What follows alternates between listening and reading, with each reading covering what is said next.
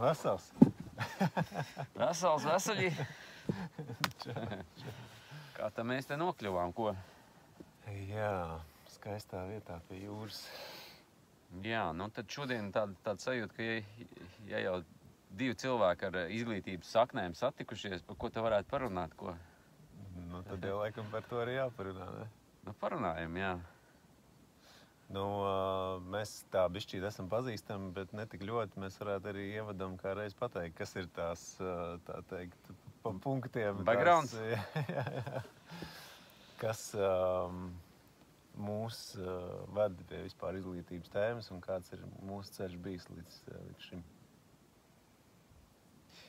Nu, manā gadījumā pie izglītības tēmas vada mani bērni. Jo, ja es tā kā pats būtu, es esmu izgājis to ceļu izglītošanās klasisko un paraklasisko un vēl visādas, ko man, kā saka, citiem tur mācīt, visi paši gudri. Bet, kas attiecās par bērniem, savējiem sākotnēji, tas ir tas impulss, jo pirms gadiem 11 mēs ar sievu dibinājām privātu skolu, jo neredzējām tā kā iespējas izmantot tos pakalpojumus, kas bija apkārt. Un līdz ar to tā kā sapratām, ka jārīkojās. Bērni tieši bija pirmskolā un tā. Tas tad arī parāda to, ka joprojām tā kā viņi aug, tas jautājums aktuāls. Kad viņi izaugs, es pieļauju, ka es vairāk par to nerunāšu. Un, teiksim tā, ko es esmu mācījies, es esmu apgūst pedagoģiju, psiholoģiju, viss, kas to saistās, lai to varētu mācīt skolās. Arī mūzikas pedagoģijas apgūs un mūzikas instrumentu spēles un tā tālāk un tā tālāk. 4 augstskolās sabijis Latvijā. Visās lielākajās. Tā. Tieši saistībā ar pedagoģiju un ar mūziku? Sākotnēji bija, mūzikas pedagoģija, tad bija mūzikas maģistratūra, mūzikas akadēmijā, un tad bija Latvijas Universitātē doktorantūrā izglītības vadība, jo man tā kā vairāk sāka interesēt tieši tie vadību jautājumi, attīstības jautājumi, un arī tad es arī sāku vadīt savu pirmo skolu, pieredzē mūzikas mākslas skolu Baltais Līģelis. Tur arī teātris klāt un deja bija pielikt pēc tam. Kurā vietā? Siguldā. Un, un tad vēl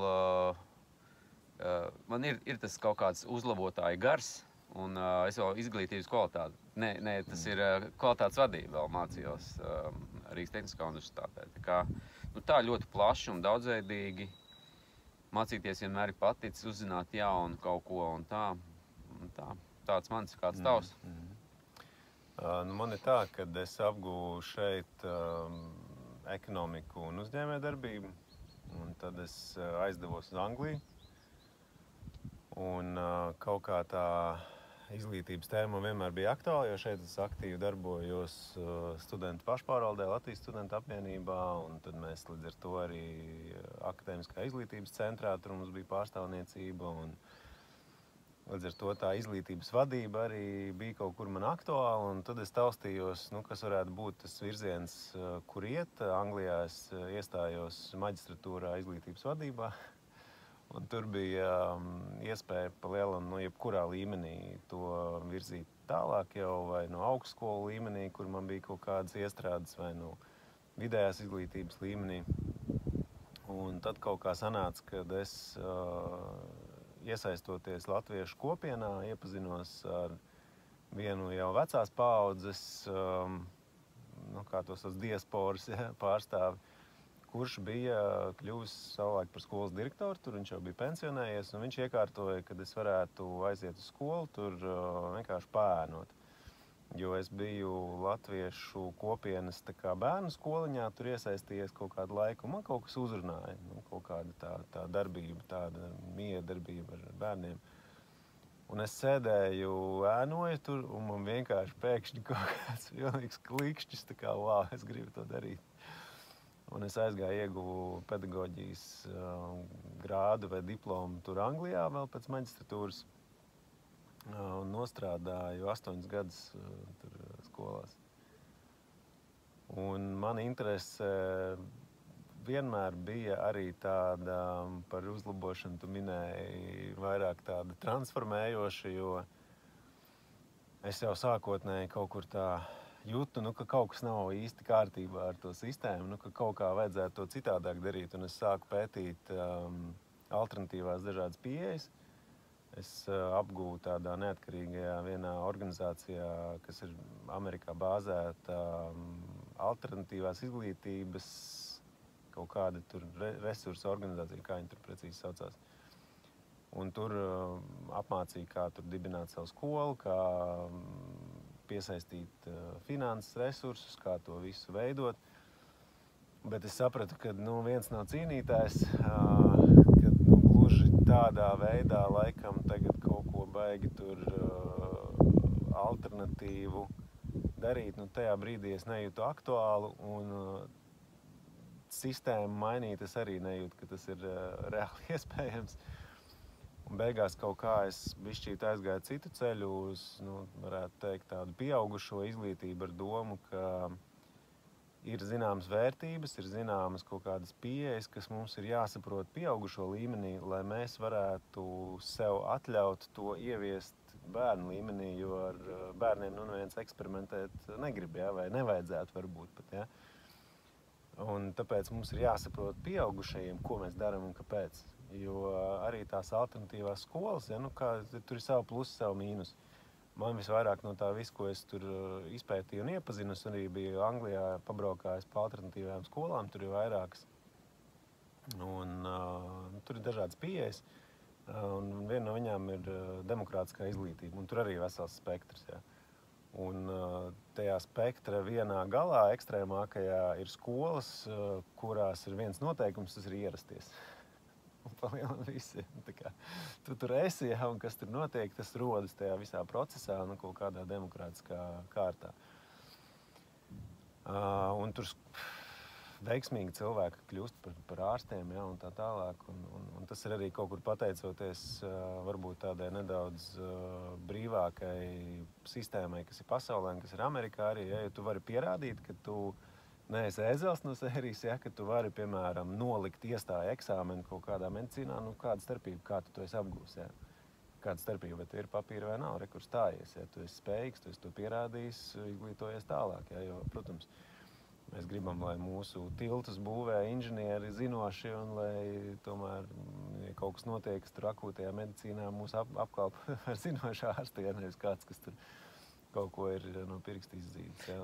Šitas ir viens aspekts, kur, man liekas, iestrēgst cilvēki, kas it kā meklē tos alternatīvos ceļus, bet viņiem liekas, ka viņi izkritīs, ja viņi neņems to pakalpojumu un neliks tos eksāmenus, kad dzīve beigsies.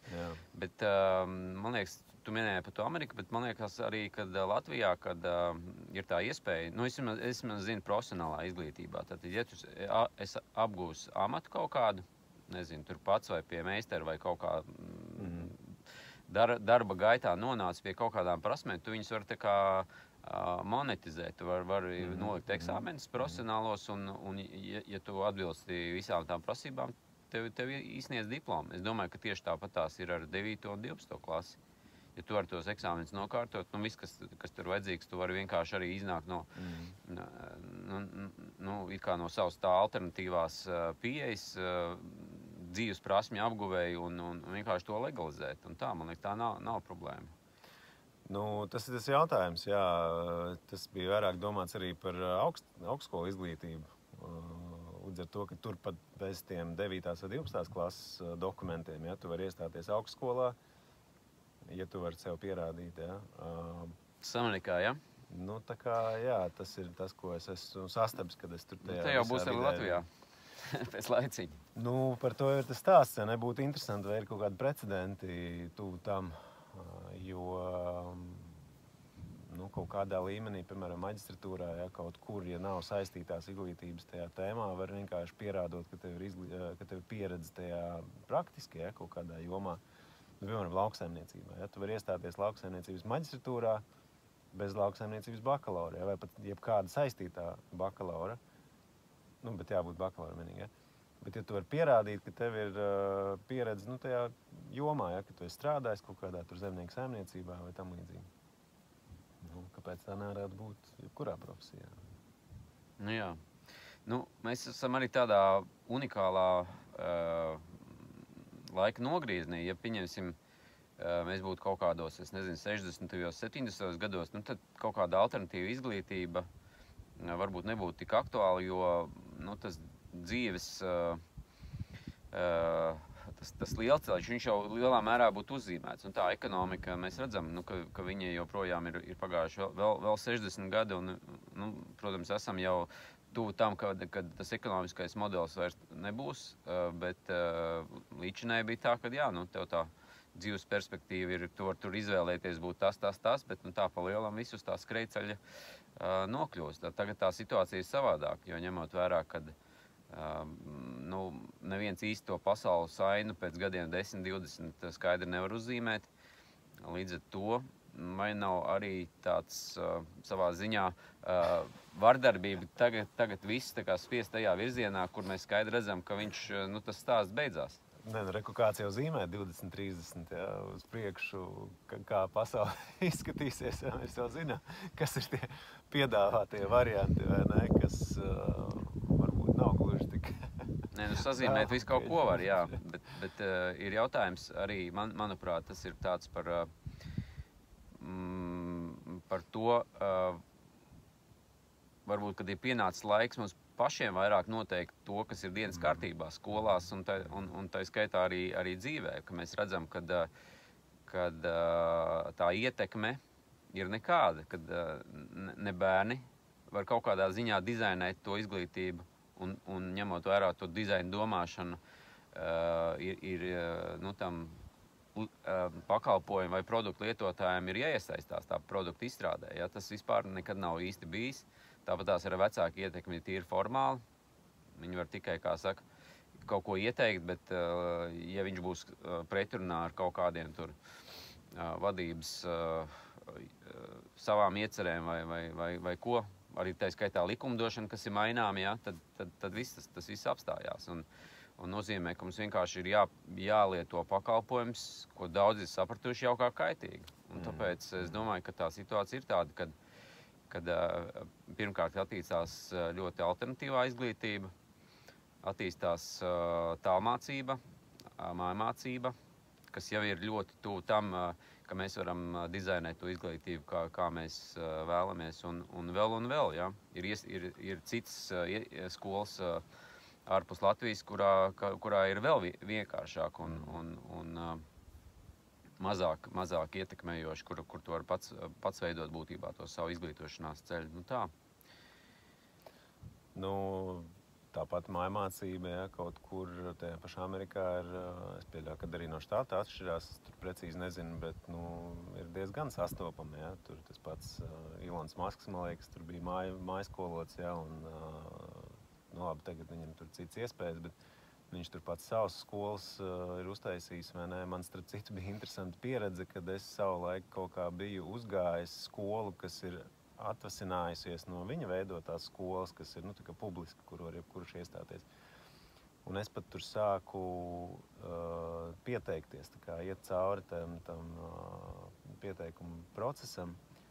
Un ļoti interesanta skola, bāzēta uz projektiem, bāzēta uz nu, tā kā problēmu risināšanu, kad skolēniem tur iedod kaut kādu uzdevumu, problēmu, nu, challenge, tā teikt, un viņiem komandā viņš ir jāatrisina. Nu, pilnīgi citādāk tā skola uzbūvēta pēc citiem principiem, ja, kur tieši sadarbība tiek apbalvota, ja, nevis individuālisms un tā projām. Ja, un vairāk tādi reāls prasmes, ja. Bet te bišķīt, nu, par to jautājums var saprast arī to it kā, nu, sistēmas pusi, ka dot jebkuram iespējas un tiesības maiskolot savus bērnus ir kaut kādā mērā arī riskanti, jo ir nelabvēlīgas ģimenes, nelabvēlīgās vidēs. Tas potenciāli var radīt kaut kādu arī apdraudējumu. Ja? Kā tu redzi to, tomēr kaut kā varbūt vajag ņemt vērā, nu, kad tu jau nevar tagad tā no rītdienas ieslēgt, kur jūs varat darīt, ko jūs gribat, ja? Nu, Vai valstī jābūt kaut kādai tomēr tai aizgādņu lomai, vai, lai nodrošinātu šādus gadījumus? Jā, tas ir par atbildības uzņemšanos un tā, bet te būtu arī jābūt risinājumam attiecībā pret tiem, kas vēlas uzņemties atbildību. Jā? Nevis tā kā turpināt spiest, patērēt to, ko negribās vairs ēst. Bet man vienmēr ir fascinējis tā lieta, kad ņemot vērā kaut kādus izņēmumus, tiek veidots sistēma, tiek veidots apgrūtinājums pret pārējiem. Nu, piemēram, savā laikā ņemot vērā visādas tur filijas, ja, parādīšanos, tika aizliegts pieskārties bērnam, ja, kas faktiski ir pamats kaut kādā noteiktā vecuma posmā pilnvērtīgai tā kā attīstībai. Un līdz ar to iespējams, ka tas ir radījis daudz lielāks zaudējums katram individuāli un sabiedrībai kopumā, ka tas pieskāriens ir pazudis no dienas kārtības. Un vēl var atrast ļoti daudz cits piemērs, kur vienkārši ir kaut kāds, kaut kāds sāsinājums, kur teiksim, vide vai cilvēki ir neadekvāti, bet tāpēc jau nav visa sistēma jāuzstājas tāda, jo dēļ tiem dažiem, ja, kad drīzāk ir jādomā dēļ tiem dažiem, ko viņiem, bet ne jau attiecināt to visu uz to pārējo. Tāpēc, jā, viedokļi dažādi un par to brīvības pakāpu arī, bet es domāju, ka ņemot vērā to situāciju, kurā mēs esam, kurā mēs redzam, ka ļoti bieži kļūdas varbūt izdara vairāk pat izglītotāki cilvēki, kurā mēs kaut kādā ziņā esam pasaules ekoloģiju galīgi aizlaiduši, attiecības aizlaiduši, var sakot, ļoti daudz pamatsfēras vienkārši brūk. Un tad ir jautājums, jā, bet viņi visi mācījās, lielākoties apguva augstāko izglītību, un kā sanāk tā, ka, tad kurš ir tas, kas uzņemās atbildību par līdzinējo sistēmu, un tādu nav. Un tad ir jautājums, ja nav neviena, kas uzņemās atbildību, kāpēc ir situācija, kurā mēs nevaram paši uzņemties to atbildību lielāku? Es tev gribēju pajautāt, ja pirmsim mūs katru ieliktu rīt par izglītības ministru, negluži varbūt visai sistēmai, ja, bet tā kā vidējai un zemāk izglītībai. Kā tu veidot to sistēmu?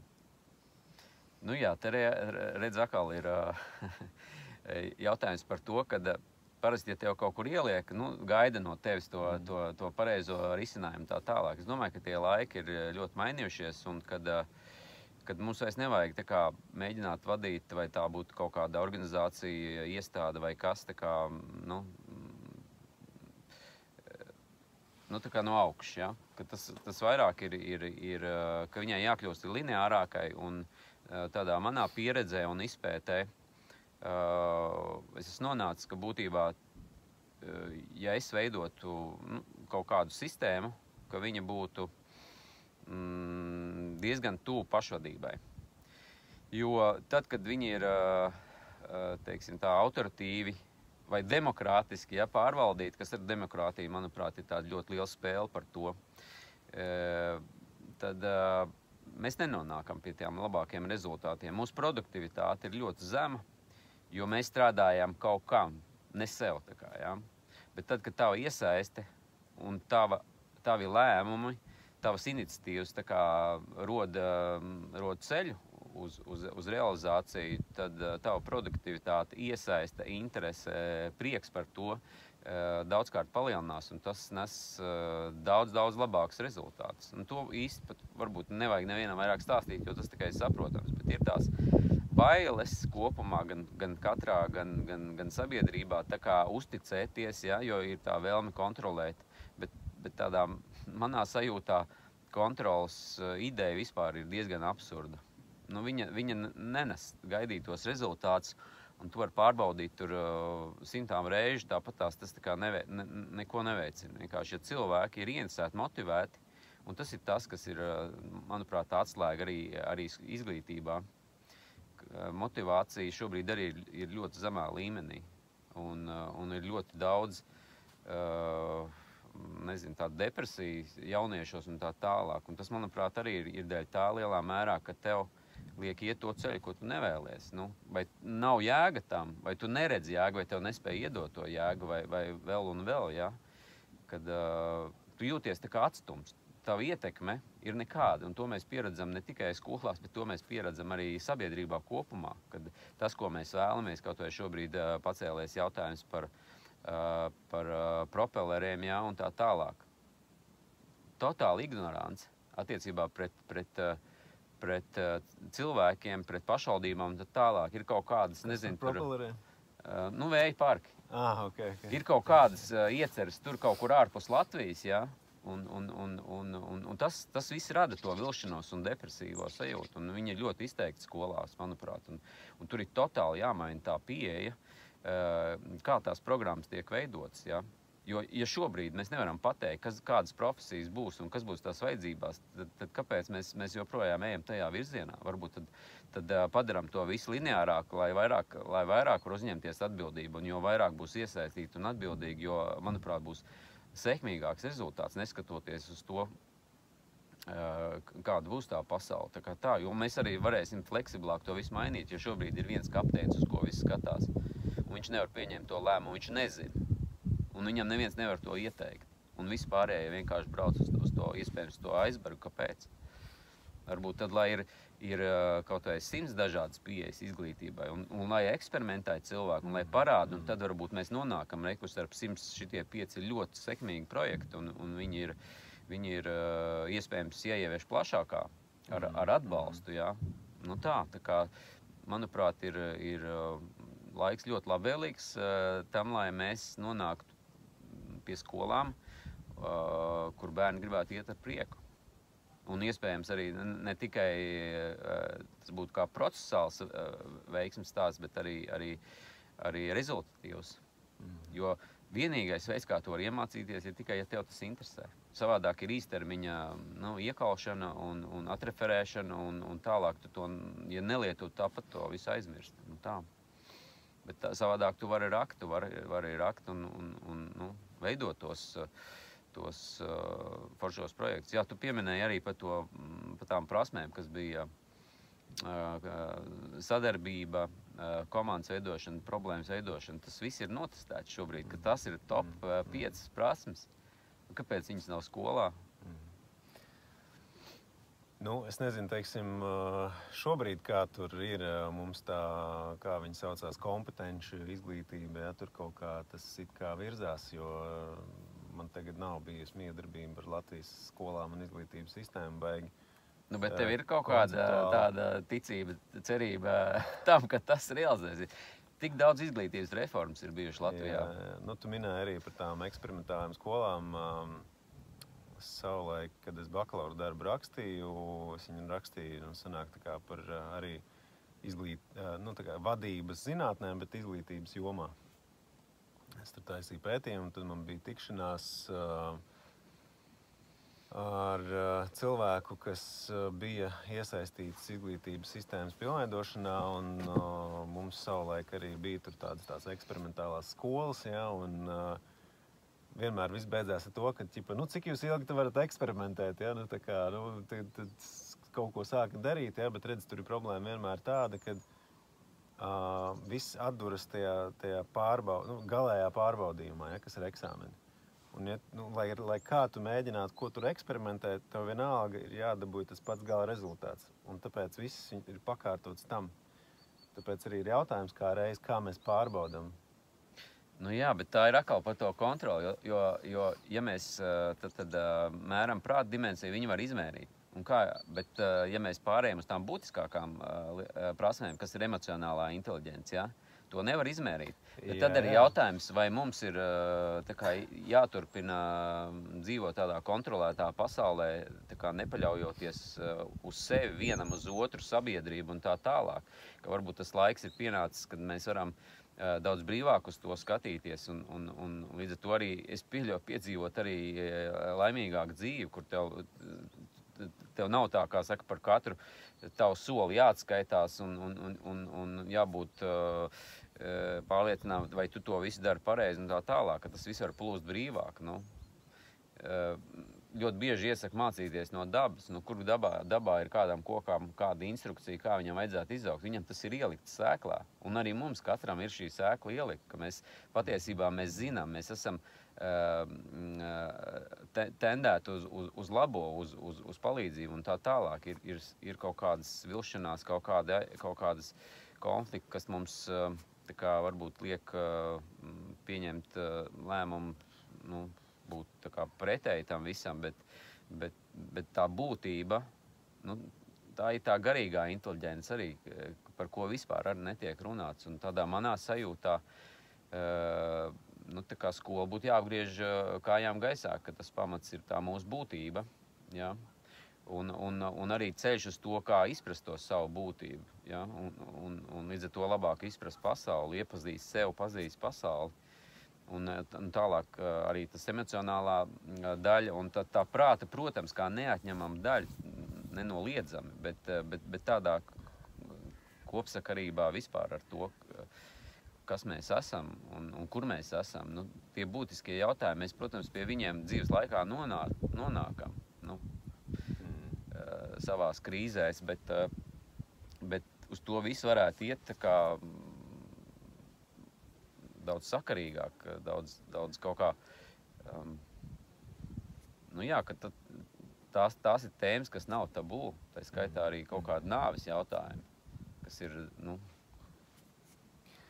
Nu, es tev pilnīgi piekrītu tam, ko tu teici vienā brīdī, kad ir jābūt daudzveidībai. Tas ir arī mans tāds secinājums, ka ir sistēmā, ja mēs skatāmies tomēr no skatu punkta, ka ir kaut kāds tas kolektīvais mūsu tautas, ja, vai valsts apmērs, kas ir jāaptver, ja, jo viens ir dot brīvību tiem, kas kaut ko jau saprot un redz, kā darīt to, ko viņi grib darīt, bet otrs ir tomēr arī iedot kaut kādas ievirzes tiem, kas varbūt nezin kā, ja, varbūt kas ir tur vīlušies esošajā, bet viņiem īsti nav tās atbildes. Nu, jebkurā gadījumā ir jābūt kaut kādai koordinācijai savā starpā.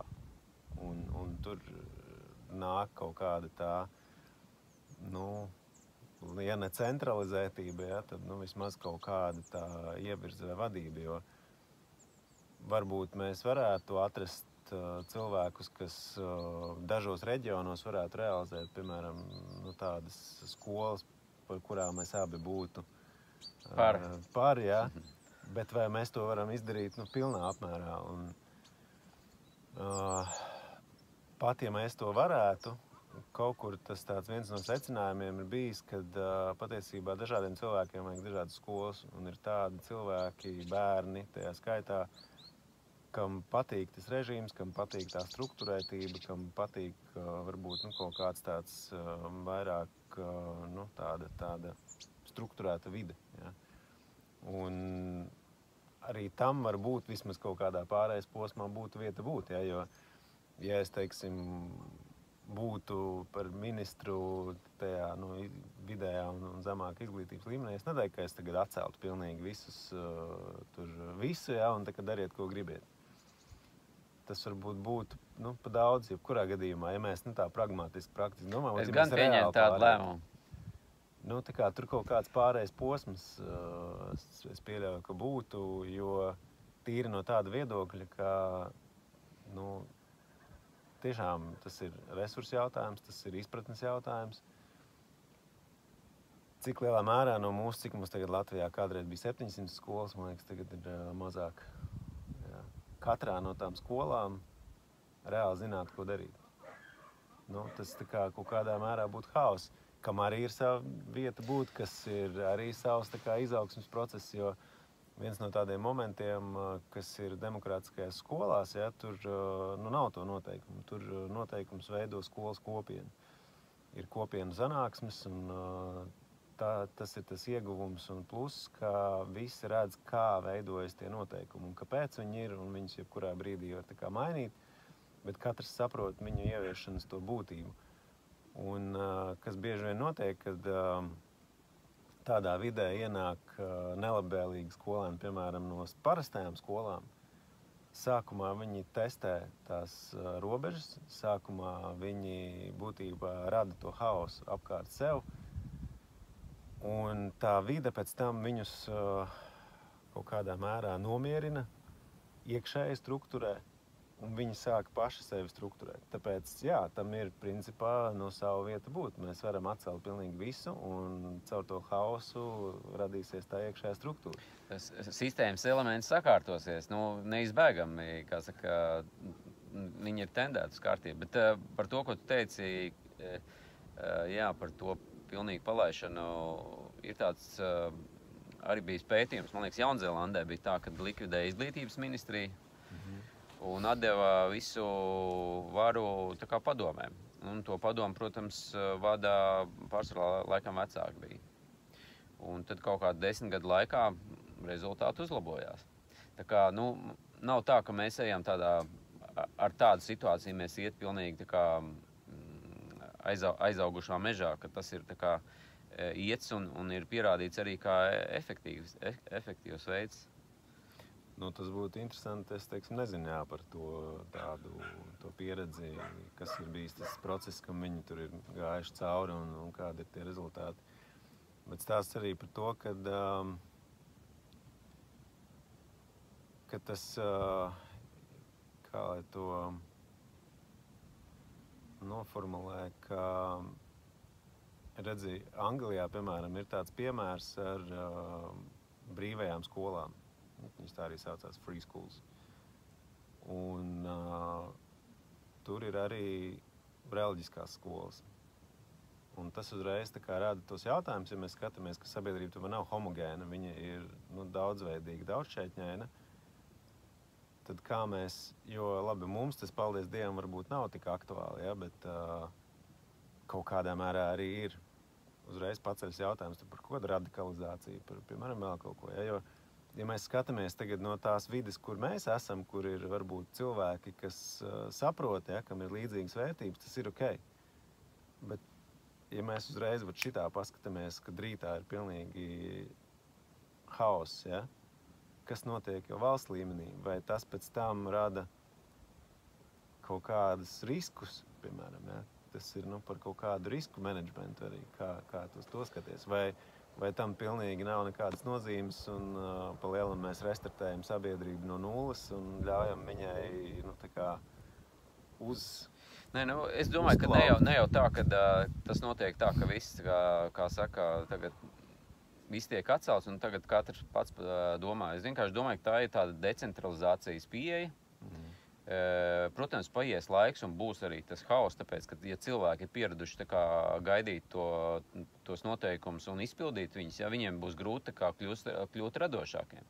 Bet no otras puses, radošums ir tas, kas ir vispieprasītākais šobrīd. Un kaut kādā ziņā, ja radošāki kļūst direktori, skolotāji un viss tas, kas kaut kādā ziņā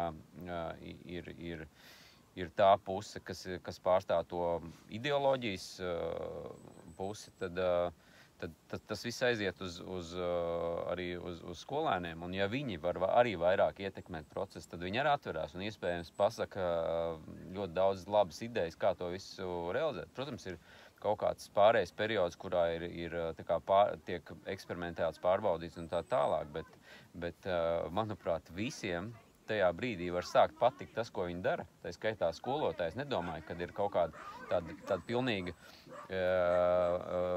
patika un apmierinātība ar to visu procesu. Domāju, ka šajā laikā neviena puse īsti nav apmierināta ar to, kas notiek. Ne skolēni, ne vecāki, ne skolotāji, ne direktori.